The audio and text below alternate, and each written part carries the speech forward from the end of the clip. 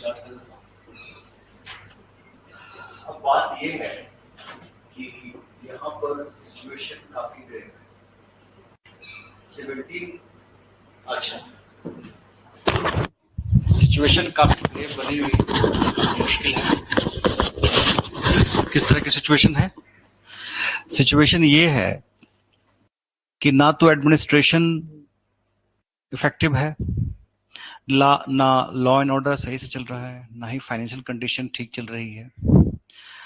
और सोने पे सुहागा ये हो गया है कि आप जितने ही कमजोर होते गए उतने ही आपके ऊपर परेशानी बढ़ती चली गई। इस परेशानी में दो लोगों ने और भी इंपॉर्टेंट रोल प्ले किया। पहले थे ईरान के शाह नादिर शाह, और उसके बाद उन्हीं के एक जनरल जो बाद में अफगानिस्तान के राजा बने, अहमद शाह अब्दाली। अब यहां से एक लंबे समय तक आप देखिए 1738 में इन्होंने काफी बड़ी टेरिटरी नॉर्थ वेस्ट की अपने कैप्चर में की, और अल्टीमेटली आई थिंक अगस्त सितंबर के आसपास के टाइम में ही दिल्ली पे 39 पे अटैक किया। और ये जो इन्वेजन था ये लास्ट ब्लो या लास्ट नेल, ठीक है ना, इन द कॉफिन था, जिसमें इसके बाद दोबारा से मुगल साम्राज्य जो है अपने पैरों पे कभी खड़ा नहीं हो सका। क्योंकि एक तो इनके पास जो भी बचा खुचा पैसा था, इनके लोगों के पास था, प्रजा के पास था, सारा लूट लिया गया। और ये लूटने का सिलसिला जो है वो सिर्फ मोहम्मद शाह तक नहीं रहा, बल्कि एक कंटिन्यूटी में आप अहमद शाह अब्दाली का इन्वेजन इंडिया में देखेंगे। तो कहने का मतलब ये था कि अब बस एक, कहते हैं ना जिसको, कि एक रिवायत रह गई थी। अब मुगल सल्तनत को डिक्लाइन करने से, डिसइंटीग्रेट करने से कोई नहीं बचा सकता था।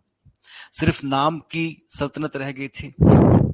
कमजोर से कमजोर शासक रह गए थे जिनके इतनी ताकत नहीं थी, जैसे कहते हैं ना कि इंसान इतना कमजोर हो गया कि अपने ही हाथ पैर नहीं चला सकता। तो यहाँ पे जो सल्तनत थी उसकी हालत क्या हो गई थी कि जितने भी इनके रियासतें थी, प्रोविंसेस थे जो उनके हाथ पांव की तरह थे, वही इनसे आजाद होते हुए आपको दिखाई दे रहे हैं। जैसे मैंने एग्जाम्पल के तौर पे बताया था आपको, अवध अलग हो गया, बंगाल काफी हद तक इनसे अलग हो गया, क्वासी इंडिपेंडेंट हो गया, अपने डिसीजंस खुद लेने लगे, और सिर्फ नाम के एक ट्रिब्यूट ये भेजते थे बादशाह को, भाई कि मुगल सल्तनत का एक तमगा इनको मिलकर रहे।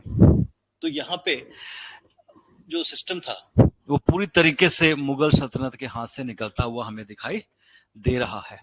बंगाल जैसी रियासत इनके हाथ से निकल गई, अवध निकल गया, हैदराबाद निकल गया, कर्नाटक निकल गया, महाराष्ट्र तो पहले ही अलग हो चुका था, डेक्कन टेरिटरी इनके कंट्रोल में कभी रही नहीं, साउथ डीप साउथ इनके हाथ में कभी रहा नहीं, और सिख कभी इनकी बात माने नहीं। तो यहाँ पे आप देखेंगे कि दिल्ली जो है रियासत जो थी, यानी मुगल सल्तनत थी, वो दिल्ली और उसके आसपास की टेरिटरी में ही कन्फाइन होके रह गई थी, यानी कि आलम से पालम तक का ही सिस्टम रह गया था। अब उनके पास कोई भी सियासत या ऐसी रियासत नहीं थी जिसके बल पे वो अपने आप को पूरे हिंदुस्तान का बादशाह बता सके, और ये सिस्टम आगे के आगे कंटिन्यू होता रहा। तो लिख लीजिए, after Mohammad Shah Azizuddin,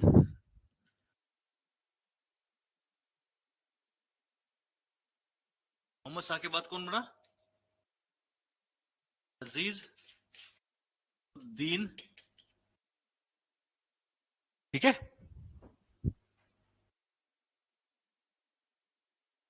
he was the grandson of Jahandar Shah, ठीक है, placed in the throne in the name of Alamgir to,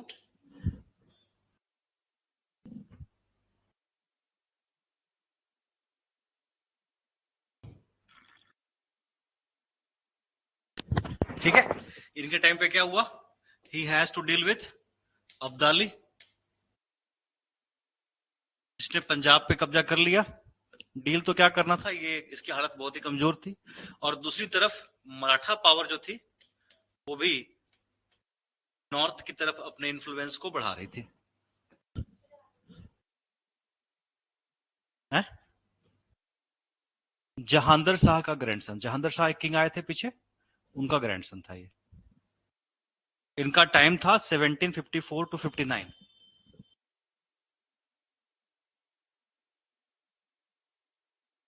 अगर आपको याद होगा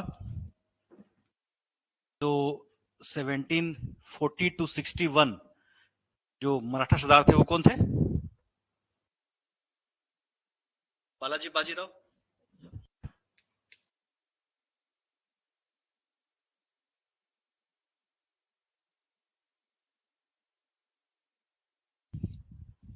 इनको नाना साहब भी कहते थे, बालाजी बाजीराव, जिनके टाइम पे क्या हुआ था अल्टीमेटली 1761 में थर्ड बैटल ऑफ पानीपत किसके किसके बीच हुआ था? इन दोनों के बीच में, याद आ गया? अब्दाली और बालाजी बाजीराव, ठीक है। Third battle of Panipat between Abdali and Balaji Bajirao. यहां पे आपको दिख रहा है कि आलमगीर के टाइम तक अब्दाली भी अपने आप को पंजाब के टेरिटरी में काबिज करना चाह रहा है। उसने अपनी रियासत बना ली, प्रोविंस बना लिया है, और उसको क्लेम कौन कर रहा है? मराठे। इनके बीच डिस्प्यूट का कारण ही यही था। पंजाब की जो टेरिटरी थी, नॉर्थ वेस्ट की टेरिटरी जो थी, उसमें अब्दाली भी अपना हक जमा रहा था और मराठे भी अपना हक उसमें मांग रहे थे, और वो प्रोविंसेस को अपना अधिकार क्षेत्र मान रहे थे, और इसी कारण से इन दोनों के बीच लड़ाई हुई। आप सोच के देखिए कि अगर उस टाइम तक मुगल सल्तनत पावरफुल होती तो ना तो अब्दाली का खतरा होता, ना ही पंजाब को लेकर के दो अलग अलग ताकतों में लड़ाई होती। तो ये कहीं ना कहीं उनकी वीकनेस को दिखा रहा है, उनकी कमजोरी को दिखा रहा है, और उनकी डिपेंडेंसी को दिखा रहा है कि किस तरह से वो मराठों के ऊपर डिपेंडेंट हो गए हैं, अपने सरदारों के ऊपर डिपेंडेंट हो चुके हैं, और वो चाह करके भी यहाँ पे कुछ भी नहीं कर सकते। ठीक है। उसके बाद कौन आए? उसके बाद आते हैं Shah Alam to.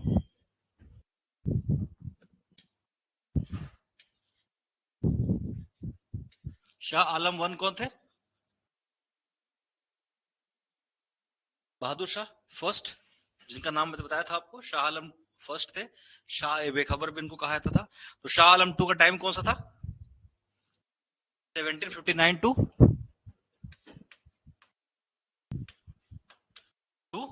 1806।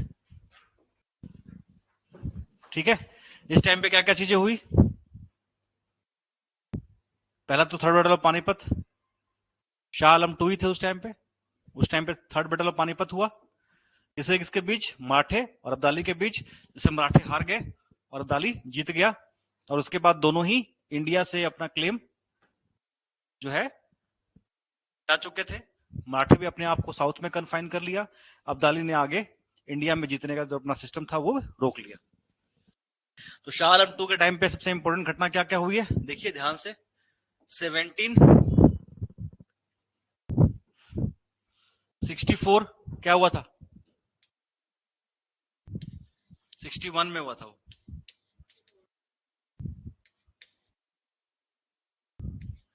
Battle of Buxar.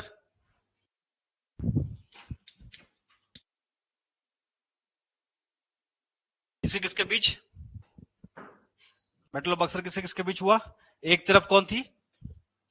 East India company, और दूसरी तरफ कौन थे? नवाब ऑफ बंगाल।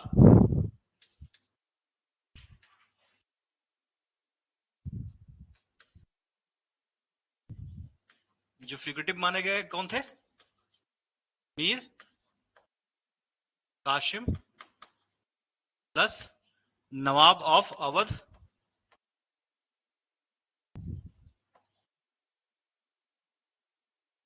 कौन थे?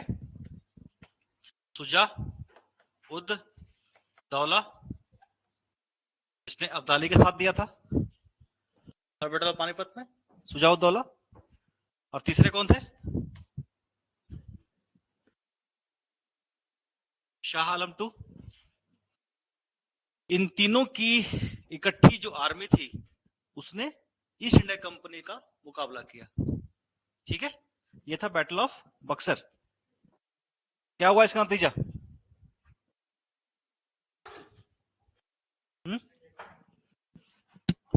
क्या हुआ था? TT of Allahabad, very good. इसमें क्या हुआ, ये तीनों के तीनों जो थे वो लड़ाई हार गए। करीबन 7-8 हजार की सेना थी अंग्रेजों की, और इनकी जो टोटल आर्मी थी उसकी नंबर था 50,000, शायद उससे भी ज्यादा। तो इससे क्या क्लियर हुआ? इससे एक चीज क्लियर हो गई कि जो मॉडर्न ट्रेंड इक्विप्ड आर्मी है वो अपने से कई गुना बड़ी जो पुरानी आर्मीज हैं उनको हरा सकती है। जिनके पास वेपन्स पुराने हैं, जिनके पास टेक्निक पुरानी है, जो एक भीड़ की तरह अटैक करते हैं और एक ट्रेंड आर्मी से मुकाबला नहीं कर सकते। तो एक चीज तो शाह आलम 2 के टाइम पे क्लियर हो गई कि भैया ये अंग्रेजों का मुकाबला नहीं कर सकते, यानी कि मुगल बादशाह एक कंपनी से हार चुका था। मैं किसी रियासत की बात नहीं कर रहा, मैं किसी राजा की बात नहीं कर रहा। ईस्ट इंडिया कंपनी के पास आर्मी आई कहां से? सोचने वाली बात है ना। एक कंपनी के पास आर्मी कहां से आई? कैसे आई आर्मी? क्यों रखा उन्होंने आर्मी? और इन लोगों ने उनको आर्मी रखनी क्यों थी? कभी सोचा आपने? हम पढ़ते हैं कि ईस्ट इंडिया कंपनी जो है उसने ये लड़ाई लड़ी, ये लड़ाई जीती, उसको हरा दिया, इसको ये कर दिया। एक बात समझाओ कि इनको आर्मी रखने की परमिशन दी क्यों गई?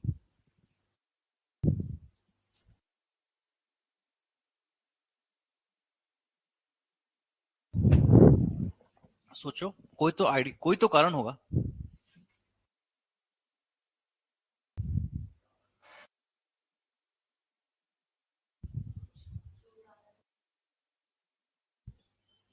देखिए, 2-3 बातें यहां पे समझ लीजिए। ब्रिटिशर्स जब यहाँ व्यापार करने के लिए आए थे तो सोचो करीबन 1600 ईस्वी के आसपास ईस्ट इंडिया कंपनी की फॉर्मेशन होती है, लेकिन लास्ट डे ऑफ 1600 31 दिसंबर के आसपास इसकी फॉर्मेशन होती है। और इसका टोटल जो बेसिकली आप देखेंगे कि इसकी जो वैल्यू थी वो थी करीबन 75,000 पाउंड, 75,000 पाउंड के आसपास की इसकी टोटल वैल्यूएशन थी, शेयर्स थे इसमें। और ये जब इंडिया आई थी तो सोचो उस टाइम पे इंडिया की कंडीशन क्या रही होगी, इतनी बड़ी कंट्री, रियासतें अलग अलग जगहों पे, अलग अलग रियासतें, इंडिया तो बहुत अलग अलग टुकड़ों में बट चुका था। तो उस टाइम पे होता क्या था कि व्यापार जो करना होता था ना वो बहुत सुनसान रास्तों में बहुत लंबे समय तक चलना पड़ता था। चोर, डकैत, लुटेरों, इन सब का बहुत खतरा था। तो जो यहाँ के व्यापारी हुआ करते थे वो भी अपनी सिक्योरिटी के लिए अपने पास सोल्जर्स रखा करते थे, ताकि जब भी वो सफर पे जाएं, दूर दराज के एरिया में जाएं, तो वहां पे उनके साथ कुछ गलत ना हो जाए, कोई चोरी डकैती ना हो जाए, क्योंकि कई दिनों तक का सफर करना पड़ता था। कई रातों को आपको, जरूरी नहीं कि सराय वहां पे हो ही हो, आपको टेंट लगा के सोना पड़ता था। तो ऐसे सिचुएशन में डकैत का अटैक हो या कुछ भी हो तो आपके पास तो बहुत कुछ है, आपके पास सोने हैं, चांदी है, सामान है, अब वो तो आप तो चलते फिरते खजाने हो ना। तो ऐसे सिचुएशन में इन व्यापारियों को अपने साथ छोटी मोटी टुकड़ियां रखने की इजाजत थी। ठीक है, ये तो एक एस्पेक्ट हो गया। ऑब्वियस सी बात है, जब ईस्ट इंडिया कंपनी यहाँ व्यापार करने आई तो उसने परमिशन ली होगी कि हमें भी दीजिए परमिशन भाई, थोड़ा सा हमारी सिक्योरिटी जो है वो स्टेक पे है। क्योंकि चलिए आपके रियासत में तो हमें कोई खतरा नहीं है, लेकिन आपके रियासत से हम दूसरी रियासत में जाएंगे तो बहुत बड़ा लंबा सफर तय करना पड़ेगा और सुनसान इलाका है। नहीं, उस टाइम तो आपका चंडीगढ़ जहां आप बैठे होंगे उस समय तो गांव था, हो सकता है यहाँ पे आप बैठे हैं वहां एक खेत रहा हो। नहीं, कोई ऐसे सड़कें और ऐसे लाइटें और ऐसे हाईवेज तो थे नहीं उस टाइम पे। उस टाइम पे आपको कच्ची सड़कों पे जाना पड़ता था, हाईवे भी थी तो वो भी कच्ची हुआ करती थी, क्योंकि लोग नॉर्मली पैदल चलते थे या घोड़े पे चलते थे। और ऐसी सड़कों पे जो पक्की सड़कें हैं वहां पे घोड़े चल नहीं सकते, उनके जो खुर है वो खराब हो जाएंगे, है ना, नाल खराब हो जाएंगे, वो तो कच्ची कच्ची मिट्टी के सड़कों पे चलते थे। इसलिए आप देखते हो कि ये सारा ट्रांसपोर्टेशन का काम बरसात के दिन में रोक दिया जाता था, क्योंकि ये सड़कें जो होती थी, चूंकि उसमें कोई ड्रेनेज सिस्टम तो होता नहीं था, सड़कें जो होती थी बारिश के दिनों में पूरी खराब हो जाती थी, पूरी मिट्टी मिट्टी पानी पानी इकट्ठा हो जाता था, पता नहीं चलता सड़क कहाँ गई। तो बरसात के दिनों में आप देखेंगे कि उस समय कोई भी एक्टिविटी, हर तरह की एक्टिविटी रोक दी जाती थी। ठीक है, और लोग पूजा पाठ, ध्यान, कर्म, है ना, इन चीजों में ही ध्यान लगाते थे। तो ईस्ट इंडिया कंपनी को जब छोटी छोटी टुकड़ियां रखने का मौका मिला और इसकी शुरुआत यानी कि आर्मी बिल्ड करना, और आर्मी बिल्ड करके उसे किराए में देने का जो शुरुआत था वो ईस्ट इंडिया कंपनी ने नहीं की थी। पता है किसने किया था? वो फ्रेंच कंपनी ने किया था। फ्रेंच कंपनी के जो गवर्नर थे उनका नाम था ड्यूप्लेक्स, और वो चाहते थे कि यहाँ की पॉलिटिकल जो सिचुएशन है उसका फायदा उठा करके यहाँ पे पॉलिटिकल माइलेज लिया जाए। अब पॉलिटिकल माइलेज से उनको व्यापार में काफी फायदा होने के आसार दिख रहे थे, और ये उन्होंने सबसे पहले कहां किया था? हैदराबाद और कर्नाटक में। कब किया था? 1746 से लेकर के 61 तक, 67 46 से लेकर के 67 तक, समथिंग लाइक दैट। मैं वो देख चेक करके बताऊं, 3 लड़ाइयां हुई थी। तो ये जो कर्नाटक वार में आप देख रहे हैं उसमें पहली बार क्या हुआ कि फ्रेंच और ब्रिटिश जो है आपस में लड़ रहे हैं। क्यों आपस में क्यों लड़ रहे हैं? या तो उनकी कहीं दुनिया में किसी कोने में दोनों कंपनीज के बीच लड़ाई होगी इसलिए लड़ रहे हैं, या कर्नाटक और हैदराबाद के सक्सेसर कौन बनेगा इसलिए दोनों की लड़ाइयां हो रही हैं। कि एक को सपोर्ट कर दिया ब्रिटिश ने, एक को सपोर्ट कर दिया फ्रेंच ने। अब वहां पे तो उनकी आर्मी बन गई, यहां पे तो छोटी छोटी टुकड़ियां थी, लेकिन वहां पे उनकी बड़ी बड़ी आर्मीज बन गई। क्लियर? यहां तक समझ गए कंसेप्ट को? अब हुआ ये कि अगर आप बैटल ऑफ प्लासी देखेंगे, बैटल ऑफ बक्सर देखेंगे, तो उसमें आप ये चीज देखेंगे कि वहां के जो फोर्ट विलियम्स है, जहां पे अंग्रेजी छावनी बनी हुई है बंगाल में, वहां पे जब अंग्रेजों ने विरोध किया, या अंग्रेजों ने, वहां के जो नवाब थे, नवाब सिराजुद्दौला, बड़ा ही यंग और बड़ा ही बेसिकली क्या कहते हैं उसको, एनर्जेटिक यंग मैन, वो आप मान सकते हैं उनको, लेकिन वही था कि वो टिल टेम्पर्ड थे। जब आदमी के पास ताकत और पैसा ज्यादा आता है ना, तो गुस्सा भी साथ में लेके आता है। अगर उसकी बात किसी ने नहीं सुनी तो वो गुस्सा करता है, और वो टिल टेम्पर्ड थे, तो ऐसे लोगों को हराना आसान होता है, और ऐसे लोगों के दुश्मन बहुत होते हैं। जो लोग तुरंत तुरंत गुस्सा कर जाते हैं ना, ऐसे लोगों के दुश्मन भी, और अपने अपने में से ही बहुत दुश्मन होते हैं। और यही चीज आपको सिराजुद्दौला के केस में भी दिखाई देगा, जो मैं आपको समझाऊंगा बाद में। फिलहाल आप ये समझिए कि जब अंग्रेजों को फोर्ट विलियम में हरा दिया गया, पूरी तरीके से हरा दिया गया, और अंग्रेजों को वहां से भागना पड़ा, तो अंग्रेजों के हेल्प करने के लिए आर्मी कहां से आई? मद्रास से। क्योंकि मद्रास में क्या था? स्टेशन था जहां से उनको आर्मी देना था हैदराबाद और कर्नाटक में। तो वहां की जो आर्मी फ्रेंच वॉर के लिए तैयार हुई थी, एंग्लो फ्रेंच वॉर के लिए, वही आर्मी यहां पे बंगाल के खिलाफ आती है। अब कायदे से यहां क्या होना चाहिए था? कायदे से यह होना चाहिए था कि जितनी भी यहाँ की रियासतें हैं वो मिल करके अंग्रेजों को बोले कि ये बदमाशी बंद करो, चलो रखड़ाओ, डिसमेंटल करो अपनी आर्मी को। ये क्या मतलब है? बोलना चाहिए था ना। लेकिन हुआ क्या? इसके जस्ट ऑपोजिट हुआ ये कि हर किसी को लगा कि अरे ये तो बड़ी अच्छी आर्मी है, हम इसका फायदा उठाते हैं, हम इनको अपने लिए इस्तेमाल करते हैं। लेकिन एक ताकत जो आपसे आज इस्तेमाल हो रही है, कल को आपका मास्टर ना बन जाए, इसकी क्या गारंटी? यहां पे यही चीज आपको दिखाई देती है कि जब ये बंगाल के नवाब सिराजुद्दौला को हरा दिया गया और उनकी जगह पे मीर जाफर आ गए। मीर जाफर कौन थे? आर्मी जनरल, जिन्होंने अपने नवाब के खिलाफ अंग्रेजों का साथ दिया। और जब मीर जाफर को लगा कि उनके साथ धोखा हो गया, अंग्रेज तो उनका खून चूसने पे लगे हुए हैं, तो मीर जाफर को हरा के किसको बैठा दिया गया? मीर कासिम को। और जब मीर कासिम को लगा कि ये तो गलत हो रहा है, हमारे लोगों के साथ एक्सप्लोइटेशन हो रहा है, तो उनको भी हटा करके किसी और को बिठा दिया गया। यानी कि उनके लिए तो एक नवाब का पोस्ट जो था वो सिर्फ खून चूसना यानी कि पैसा निकालने का जरिया था। तो ये जब मीर कासिम को ये सब लगा, तो इसने जाकर के ये गुजारिश अवध के नवाब को की, जिनका नाम सुजाउद्दौला था, और साथ ही वो मुगल बादशाह के पास भी मैसेज भिजवाया कि भाई ये मौका है कि इन अंग्रेजों को अपने औकात दिखाएं, इनको बाहर निकालें। लेकिन हुआ क्या? इस लड़ाई में तीनों हार गए, और अल्टीमेटली शाह आलम को एक बहुत ही शर्मनाक ट्रीटी करनी पड़ी। क्या ट्रीटी करनी पड़ी? Treaty of Allahabad. शर्मनाक ट्रीटी क्या थी? कि ये बंगाल का जो निजामत का राइट था, दीवानी और निजामत, निजामत तो ले लिया था उन्होंने बंगाल के नवाब से। निजामत मतलब होता है law and order and administration, और दीवानी का मतलब क्या होता है? Right to collect taxes. मैंने कहा था दीवानी जब आ जाए, दीवान दीवानी, तो समझ लीजिए राइट टैक्सेस के बारे में हो रहा है। राइट टू कलेक्ट टैक्सेस यानी कि बंगाल में टैक्स कलेक्ट करने का अधिकार अंग्रेजी ईस्ट इंडिया कंपनी को देना पड़ा शाह आलम को। कितने पैसों के एवज में? 26 लाख रुपया सालाना,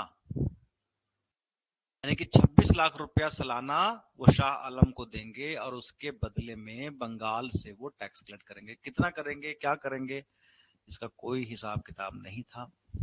और बंगाल आपको पता है उस टाइम बहुत बड़ी रियासत थी, 26 लाख तो कुछ भी नहीं था, क्योंकि बंगाल के अंदर बंगाल, बिहार, झारखंड, उड़ीसा, बांग्लादेश, आसाम सारी टेरिटरी आती थी। और आपको लगता है कि अंग्रेज शाह आलम को पैसे देते होंगे?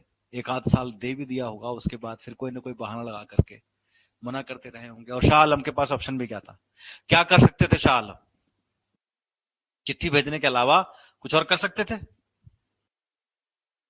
तो दुनिया में दो ही आदमी की कदर होती है, या जो आपका कुछ बना सकता है या जो आपका कुछ बिगाड़ सकता है। तीसरे आदमी की कोई कदर नहीं। तो यहाँ पे अंग्रेज बना भी सकते थे और बिगाड़ भी सकते थे, दोनों ही पोजीशन में थे। तो इसीलिए आप देखेंगे कि शाह आलम टू काफी इंपॉर्टेंट आपको यहाँ पे दिखाई देंगे। और शाह आलम टू के टाइम पे इंडिया में जो उथल पुथल मची हुई थी वो आपको स्पष्ट रूप से दिखाई दे रहा है, चाहे वो मराठा और अब्दाली के बीच की लड़ाई थर्ड बैटल ऑफ पानीपत हो, या उत्तर भारत में अंग्रेजों का जो वर्चस्व है, जो आधिपत्य है, जो बेसिकली अथॉरिटी है, वो स्टैब्लिश होते हुए यहाँ पे आपको दिखाई दे रहा है। क्लियर, समझ में आ गया? क्लियर हुआ, समझ में आ गया? चलिए आगे बढ़ेंगे। शाह आलम टू के बाद कौन आया?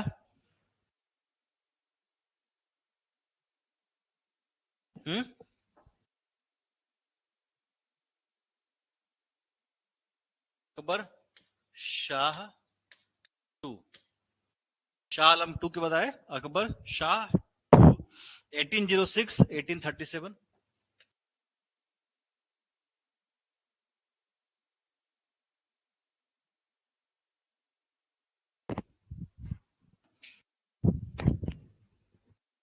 एटीन जीरो थ्री में during Anglo Maratha war Delhi was captured bye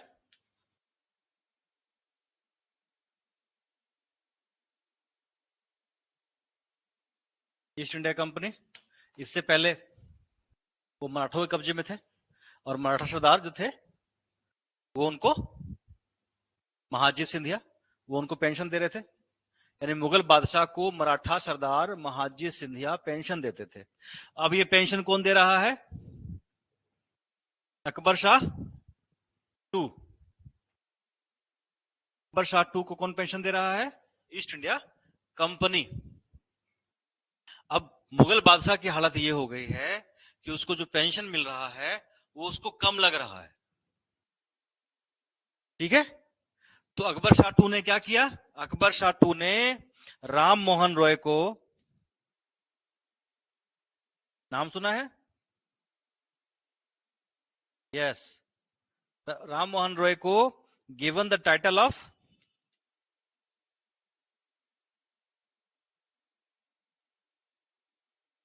राजा। क्यों ये टाइटल दिया? Akbar two had given the title of raja to Ram Mohan Roy, उसके बाद से इनका नाम क्या पड़ गया? राजा राम मोहन रॉय। जो सोशल रिफॉर्मर थे, क्यों दिया गया? ताकि वो इंग्लैंड जाएं और अकबर टू की जो बात है वो उनकी पार्लियामेंट में रखे कि उनको जो वजीफा, जो उनको पेंशन मिल रहा है वो बहुत कम है, उनका बड़ा खानदान है, लोग आते आते रहते हैं और उनका जो खर्चा है वो पूरा नहीं पड़ता। तो मुगल बादशाह की ये औकात हो गई है कि वो अपने पेंशन को बढ़ाने के लिए एक आम मुलाजिम की तरह अपने मालिक से दरख्वास्त कर रहा है। आप इसको बादशाह मानेंगे? क्या का बादशाह, लेकिन फिर भी अभी नाम के बादशाह हैं। यानी कि ये हालत 1803 में शाह आलम टू के पास ही हो चुकी थी। ये शाह आलम टू ही मराठों के अंडर आ चुके थे, उसके बाद फिर ये अंग्रेजों के कब्जे में आ चुके थे। तो आप ये देखिए कि ये अकबर शाह के टाइम पे भी ये हालत खराब है और ये सिर्फ और सिर्फ वजीफे पे जिंदा है। तो आप इनको बादशाह तो क्या कहेंगे, लेटर मुगल्स ही कहेंगे। और आखिरी बादशाह कौन थे? बहादुर शाह टू या बहादुर शाह जफर। जफर उनका पेन नेम था।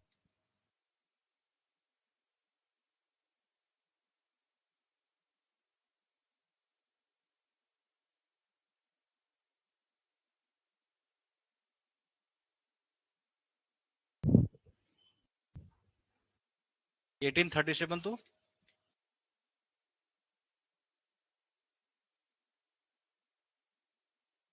1858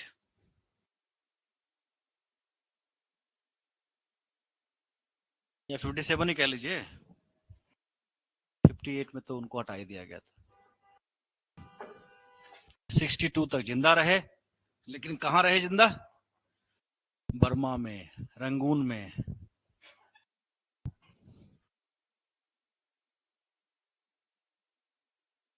इनके आखिरी पल कैसे थे जानते हैं आप? कैसा रहा?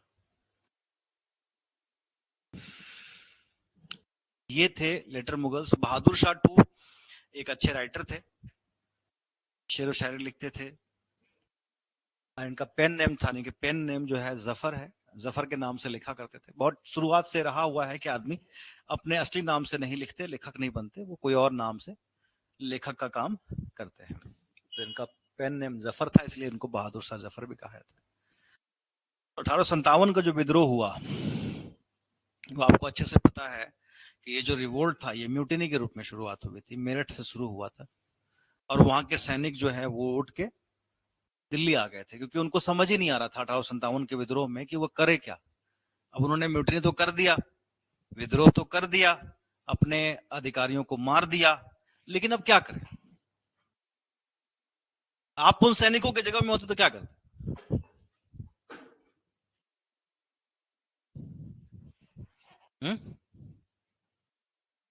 सैनिकों ने विद्रोह क्यों किया आपको अच्छे से पता है। वो इनफील्ड राइफल थी,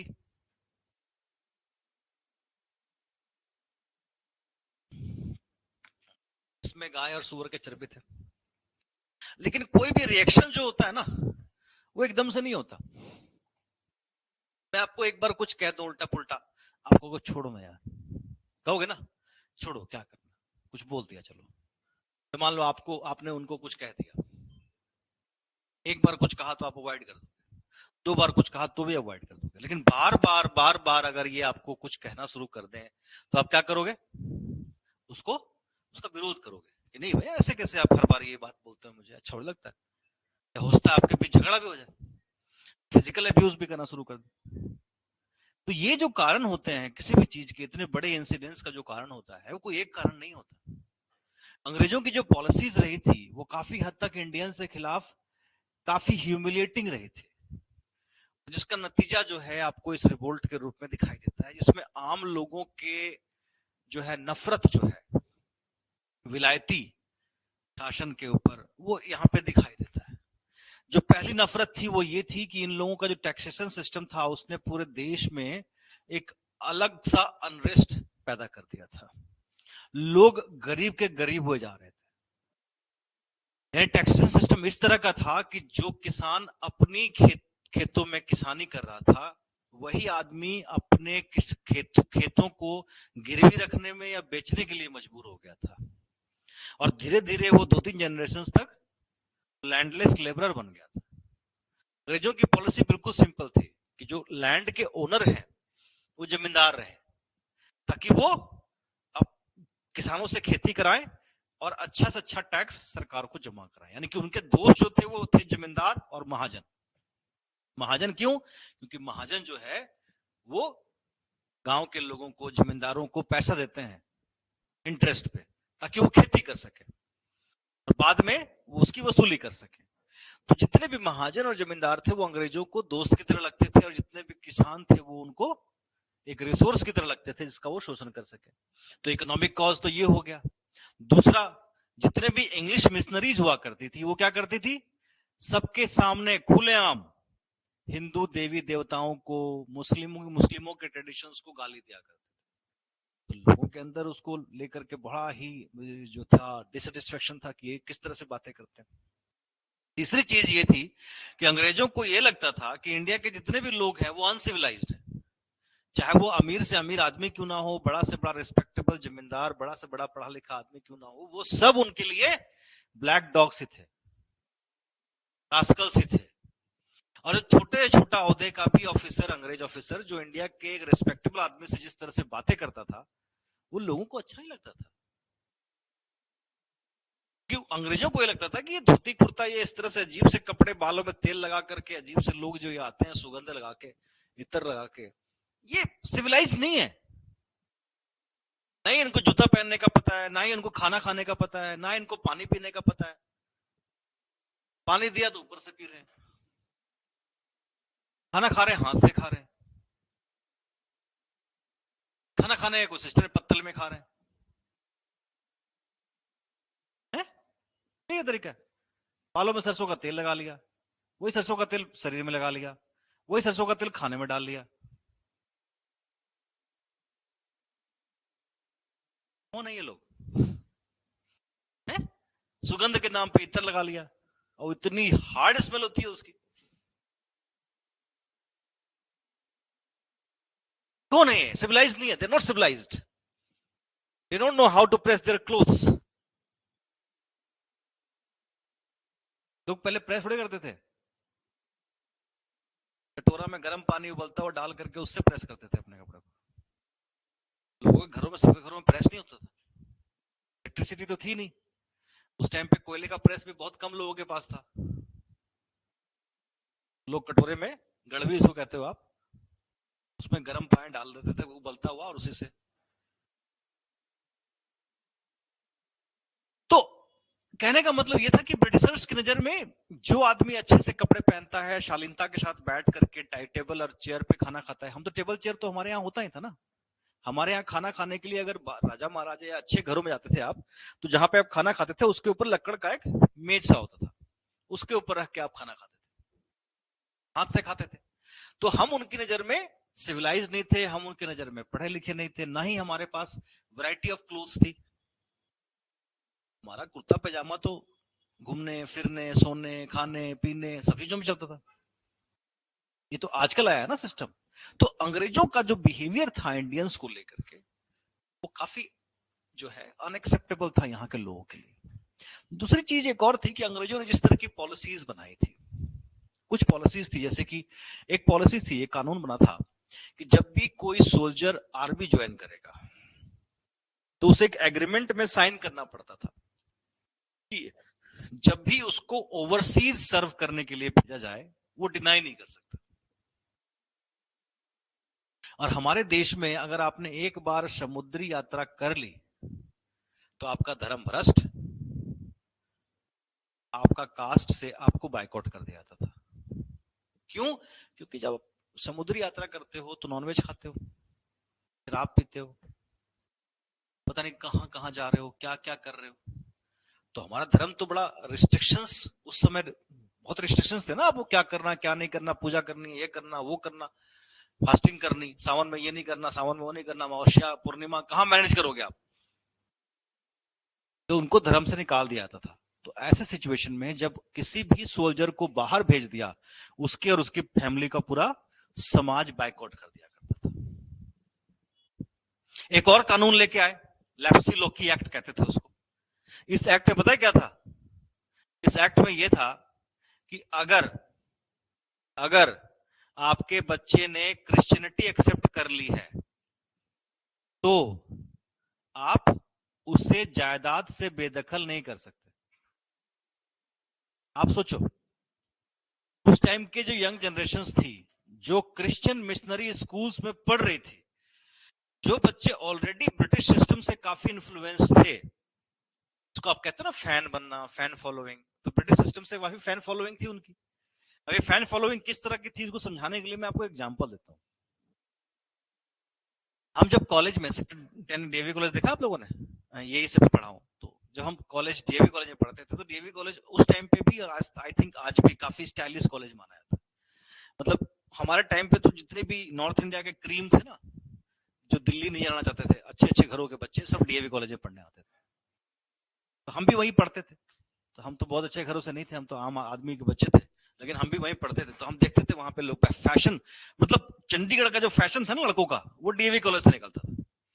तो कैसे कैसे कपड़े, जैकेट्स महंगे महंगे, स्वेट शर्ट, मैंने पहले भी नाम सुना था, हमारे यहाँ तो टी शर्ट होता था या शर्ट होता था, स्वेट शर्ट, महंगे महंगे जीन्स, महंगे महंगे स्पोर्ट्स शूज, वो बच्चे वहां पहनते थे। वहां पे एक फैशन आया था, मैं आपको बताता हूँ क्या फैशन था। उस टाइम पे ना एक क्रिकेटर हुआ करते थे, उनका नाम था अजय जाडेजा। नाम सुना है उनका? अजय जाडेजा, देख लेना गूगल में, बड़े पॉपुलर मतलब क्रिकेटर थे वो उस टाइम पे। आज से करीबन 15 साल पहले की बात कर रहा हूँ मैं आपको। अजय जडेजा जो थे उनके ना यहाँ पे आईब्रोज में कट का निशान था and you won't believe DAV college के आई थिंक ज्यादा तो नहीं मैं कहूंगा लेकिन 40-50% बच्चों के ना यहाँ पे सबके कट का निशान, मतलब वो अजय जडेजा जैसा लगना चाहते थे या दिखना चाहते थे ये मुझे नहीं पता, लेकिन वो स्टाइल जरूर फॉलो कर रहे थे, हेयर स्टाइल उस तरह के, मतलब आप देखते तो आप हैरान रहते उस तरह का कपड़ा पहनना, वो ना कॉलर खड़े करके टी शर्ट पहनते थे, जैसे नहीं होता कॉलर खड़ा करना ऐसे, तो मैक्सिमम जो आपको बच्चे दिखते थे ना सबके कॉलर खड़े होते थे, यहां से कटना ऐसा, वही हेयर स्टाइल। ये मैं आपको क्यों बता रहा हूँ, ये मैं आपको इसलिए बता रहा हूँ क्योंकि जब आप इस तरह की चीजों को फॉलो करना शुरू करते हो तो आप ब्लाइंड फॉलोइंग करते हो, फिर आप देखते नहीं कि आपके यहाँ पे कट है नहीं उसका है, तो आप भी कटवाना शुरू कर देते हो, ये ब्लाइंड फॉलोइंग होती है। तो जो ये यूथ था, जो ये बच्चा था जो अंग्रेजी शिक्षा ले रहा था, उसके लिए बड़ा फैसिनेटिंग था कि वो उस तरह के पैंट पहने, शर्ट पहने, बूट पहने, है ना, उस तरह के चाय, how much sugar you want, इस तरह से वो शुगर डाले और दूध डाले, और मतलब वो उसको फैशन, तो इसी को आगे बढ़ाते हुए कि संडे के दिन में चर्च जाना है, तो एक फैशन की तरह वो एस्टेब्लिश हो गया। तो यूथ, बहुत बड़ा यूथ जो था वो क्रिश्चियनिटी की तरफ अट्रैक्ट हो रहा था। अच्छा, पेरेंट्स के पास क्या ऑप्शन था कि तू जा एक क्रिश्चियन बन जा, मैं तेरे को जायदाद से बेदखल कर दूंगा। सरकार ने क्या कहा कि आप कर ही नहीं सकते, तो आपके मन में क्या आएगा, सरकार चाहती है कि जितने भी यूथ हैं सारे,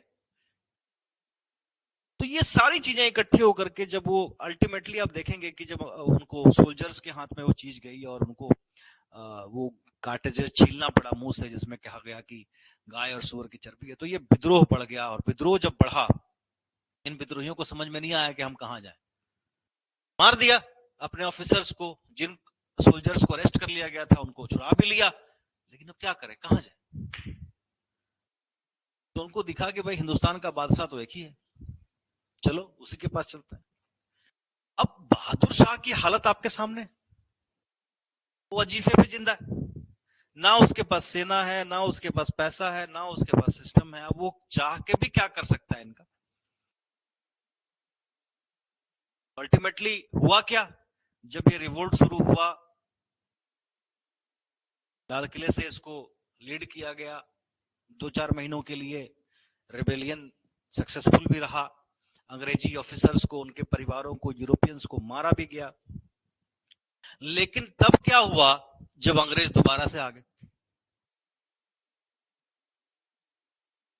जब दिल्ली पे अंग्रेजों ने दोबारा कार एस्टेब्लिश कर लिया, तो क्या हुआ, बहादुर शाह जफर को भाग के लाल किले से हुमायूं के मकबरे में शरण लेनी पड़ी। हुमायूं का मकबरा जिसको अकबर ने बनवाया था, उनकी मदर हमीदा बानो बेगम ने बनवाया था, बड़ा ही खूबसूरत मकबरा है, वहां पे जाकर शरण लेनी पड़ी। अंग्रेजी जनरल करीबन 100 अपने सोल्जर्स के साथ वहां पहुंचे, और हुमायूं के जो मकबरा है उससे पहले कुछ खंडर हैं, वहीं पे रुके, कहीं उनके ऊपर अटैक ना कर दें, और मैसेज भिजवाया गया इंडियन मैसेंजर्स जो उनके अंग्रेजों के होते थे उनके हाथों कि भाई बोलो कि सरेंडर करें, नहीं तो हम अटैक करेंगे, जो भी होगा उसकी जिम्मेवारी आपकी होगी। बहादुर शाह ने कहा कि भाई मुझे प्रॉमिस किया गया था कि मुझे जान से नहीं मारा जाएगा, मेरी वाइफ को नहीं मारा जाएगा, अगर ये उनका प्रॉमिस कायम है तो मैं बाहर आके सरेंडर करने के लिए तैयार हूं। बाहर आए वो, उनके साथ उनके सोल्जर्स भी थे, पहले उनकी जो बेगम थी हजरत महल वो आई, पीछे पीछे वो आए, सरेंडर कराया गया, सरेंडर कराने के बाद उनको ले जाया गया लाल किले में, वहां उनको नजरबंद रख दिया गया। उनके राजकुमारों के साथ क्या किया गया, गोली मार दी, और उनकी लाश को दिल्ली के मेन चौक के चबूतरे पर लिटा दिया गया कि देखो हमारे साथ विद्रोह करने का नतीजा क्या होता है। जितने भी शहजादे थे, जितने भी शहजादे, किसी का पोता, किसी का भतीजा, किसी का कोई, किसी, इतना बड़ा मुगल खानदान, सबको या तो मार दिया गया या फिर जेल में बंद कर दिया गया बहुत ही बुरी कंडीशन में, जिसमें 2-3 साल में ये मर गए, या उनको काले पानी में अंडमान भेज दिया गया जहां पता ही नहीं चला कि वो कहाँ गए। एक या दो जो भागने में सक्सेसफुल हुए, वो एक तो चले गए उदयपुर जहां पे उनको ₹2 पर डे के वजीफे पे शरण दिया गया। राजपूत डायनेस्टी के पास अब चले गए तो वो तो नहीं छोड़ते, फिर मेरे शरण में आ गया तो वो चाहे मर जाएंगे लेकिन वो छोड़ेंगे नहीं। वो बच गया। एक के बारे में कहा गया कि वो बहुत ही गरीबी वाली कंडीशन में वो रहता रहता मर गया। ये हालत हुई बहादुर शाह और उसके बाद के मुगलों की।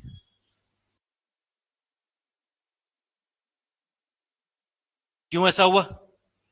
मुगलों के साथ ऐसा क्यों हुआ?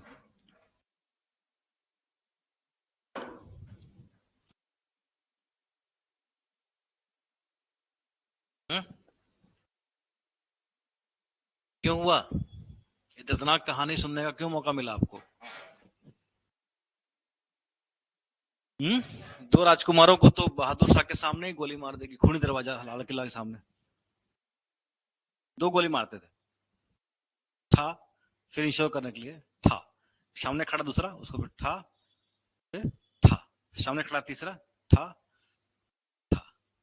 उससे पहले उनको कहा जाता था कि सारे कपड़े उतारो, सारे ज्वेलरी उतारो, सारे जितने भी आपके पास इंपॉर्टेंट चीजें सब उतारो, सारे तलवार जो है बढ़िया बढ़िया सब निकालो। तो एक गोली नहीं, 2 गोली, एक मारने के लिए और एक इंश्योर करने के लिए कि मर चुका है। कुछ राजकुमारों के ऊपर जब गोलियां चलाई गई, गोरखा सोल्जर्स थे जिन्होंने गोली चलाई, वो जानबूझ करके जब पूरा नहीं मार रहे थे, उनको पैरों में मार रहे थे, हाथों में मार रहे थे, ताकि वो ज्यादा तकलीफ में आए, ज्यादा उनको तकलीफ हो और उनका मौत सीधा सर पे मारने की तरह आसान ना हो, तकलीफ हो।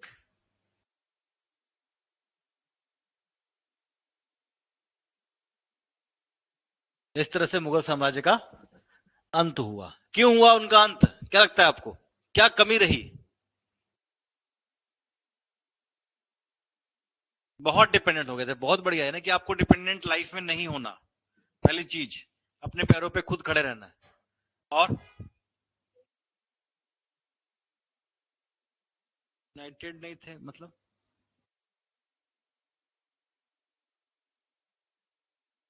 यूनाइटेड कोई नहीं होना चाहता, आप इस बात को समझो। Everyone has its own ambition. आज भी अगर सेंट्रल गवर्नमेंट कमजोर हो गई, जितने जितने भी आपके प्रोविंसेस है उसमें ज्यादातर अपने आप को इंडिपेंडेंट डिक्लेयर कर देंगे। डर, शासन जो होता है वो आयरन हैंड से होता है। यूनाइटेड जो होने के लिए जरूरी है कि आपका जो सेंट्रल एडमिनिस्ट्रेशन है वो पावरफुल रहे, और पावरफुल होने के लिए जरूरी है कि उसका इकोनॉमी मजबूत रहे। इकोनॉमी मजबूत होने के लिए जरूरी है कि उसका जो सिस्टम है वो सही तरीके से काम करे, डिसिप्लिन हो। क्या रीजन रहा, क्यों हार गए मुगल्स? इतनी दर्दनाक अंत कैसे हुआ उनका? पावर्स डिस्ट्रीब्यूट कर दिया, मनसबदारी सिस्टम की बात कर रहे हैं जी। वही बात है, मनसबदारी जागीरदारी जो थी वो बहुत ज्यादा डिस्ट्रीब्यूट कर देने के कारण क्या हुआ, उनकी खुद की ताकत, जो इकोनॉमिक जो ताकत थी वो खत्म हो गई। क्या लगता है प्रवीण आपको, क्या रीजन रहा होगा? औरंगजेब के टाइम पे आप कह रहे हो कि औरंगजेब ने इतनी लंबी लड़ाई लड़ी जिसके कारण इकोनॉमिक कंडीशन पूरी तरह से खत्म। उसके बाद इन्होंने किसी ने इंप्रूव करने की कोशिश नहीं की। ऐसा भी नहीं था कोशिश नहीं की होगी, डेफिनेटली की, बहादुर शाह ने की, जहांगीर शाह ने भी की, आपने देखा होगा जुल्फिकार खान ने बड़ा कोशिश किया, लेकिन वो इतना बिगड़ ही चुका था कि उसको अब इतनी जल्दी नहीं ठीक किया जा सकता था। It will take time. और ना ही इनके पास इतना ताकत था कि वो सब कुछ एकदम से मैनेज कर सके। चीजें काफी हद तक हाथ से निकल चुकी थी। किसी भी चीज को कंट्रोल करने का एक टाइम होता है। That was till the time I think till Aurangzeb reign, कि औरंगजेब अगर थोड़ी सी समझदारी और बरतते तो शायद मुगल्स इतने बुरी तरीके से नहीं ट्रीट किया था, इतने जल्दी कमजोर भी नहीं होते। जिन्होंने इनटॉलरेंस की जो पॉलिसी अपनाई टुवर्ड्स नॉन इस्लामिक पीपल, काफी बड़ा खामियाजा मुगल्स को उसे भुगतना पड़ा, क्योंकि उसके बाद उनको संभलने का मौका ही नहीं मिला। और औरंगजेब के टाइम का जो एक्स्ट्रा वेगेंट एक्सपेंडिचर्स था, और उससे पहले शाहजहां के टाइम पे भी आप देखेंगे बहुत खर्चे किए गए जो ताजमहल और बाकी चीजों को बनाने में, तो डेफिनेटली उसका असर तो एक्सचेकर पे पड़ा ही होगा, ऐसा तो हम कह ही नहीं सकते कि नहीं पड़ा होगा। उसके बाद औरंगजेब की पॉलिसीज, और उसके बाद इतने सारे रिवोल्ट्स, रिबेलियन, इतने लड़ाइयां, जिसका और भी असर पड़ा खजाने के ऊपर। अल्टीमेटली बहादुर शाह, जहांगीर शाह, फारूक शाह के टाइम तक तो चीजें काफी हद तक हाथ से निकल चुकी थी। लास्ट मौका था मोहम्मद शाह के टाइम पे, लेकिन मोहम्मद शाह ने भी ये मौका पूरी तरीके से गंवा दिया, क्योंकि उनके पास टाइम इसलिए भी था क्योंकि उनका टेन्योर ज्यादा था। वो इंप्रूव कर सकते थे धीरे धीरे करके चीजों को, एटलीस्ट इतना कर सकते थे कि कम से कम नादिर शाह के इन्वेजन को रोक लेते। अगर वो नादिर शाह के इन्वेजन को रोकने में सक्सेसफुल हो जाते तो शायद ये कंडीशन इतनी बुरी नहीं होती जितनी यहाँ पे आपको दिखाई दे रही है। ठीक है, तो आगे बढ़े, नेक्स्ट टॉपिक को इंट्रोडक्शन डिस्कस कर लेते हैं जो हमने पढ़ना है। ठीक है, राइज ऑफ प्रोविंशियल पावर्स।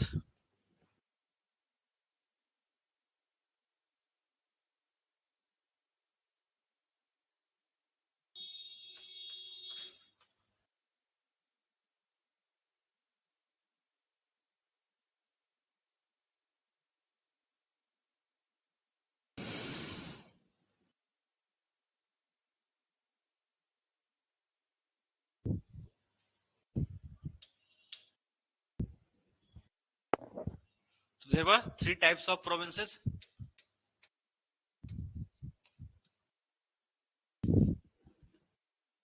तीन तरह के प्रोविंसेस थे, यहां पे दिखाई देंगे। पहला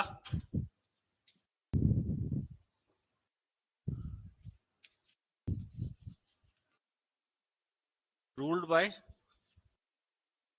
मुगल ऑफिशियल्स,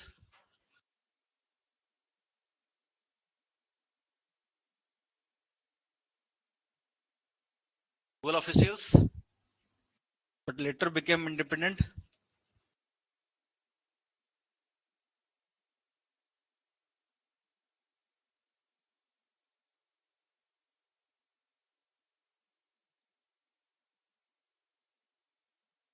जैसे IE कौन से हो गए यहाँ पे, बंगाल, अवध, हैदराबाद,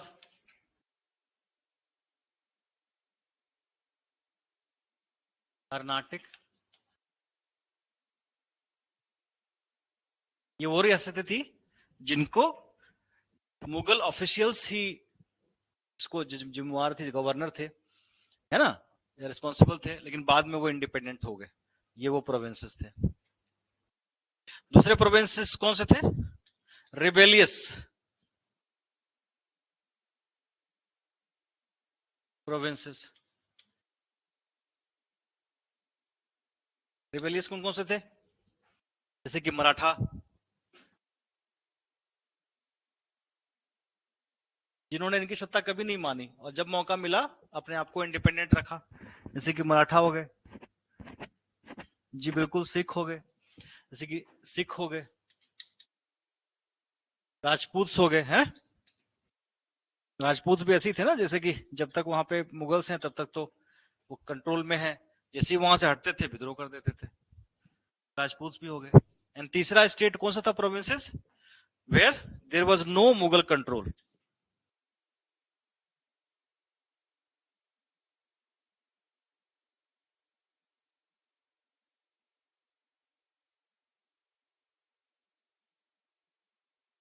कंट्रोल एवर, इसमें कौन सा आएगा, साउथ ईस्ट,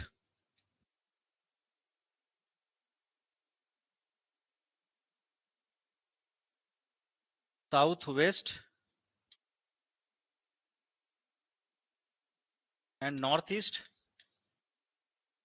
कोशिश तो यहां पे भी की गई कि इसको अपने कंट्रोल में किया जाए, लेकिन ये कभी भी इनके कंट्रोल में नहीं आ पाया। तो ये 3 तरह के प्रोविंसेस हैं जिसको आपको पढ़ना है, जिसमें से मेजर आपको ये और ये पढ़ना है। ये तो है ही नहीं इसमें कुछ पढ़ने के लिए, तो इसको क्या करेंगे पढ़ के। तो मेजरली आपको ये 2 पार्ट पढ़ने हैं। पहला आपका जो, जिसमें पहले मुगल ऑफिसर्स का ही रूल था, मतलब कंट्रोल था, बाद में जब कमजोर हुए तो उन्होंने अपने आप को इंडिपेंडेंट डिक्लेयर कर दिया, और वो जहां पे शुरू से विद्रोह रहा अगेंस्ट मुगल रूल। ठीक है, तो कल का टॉपिक हमारा क्या है, राइज ऑफ प्रोविंशियल पावर्स। पढ़ के आना, ताकि हम इस पर डिस्कशन कर सकें। क्लियर? कोई डाउट, कोई सवाल? No sir? थक गए सर? नींद आ रही है सर? सो जाइए सर। हैं?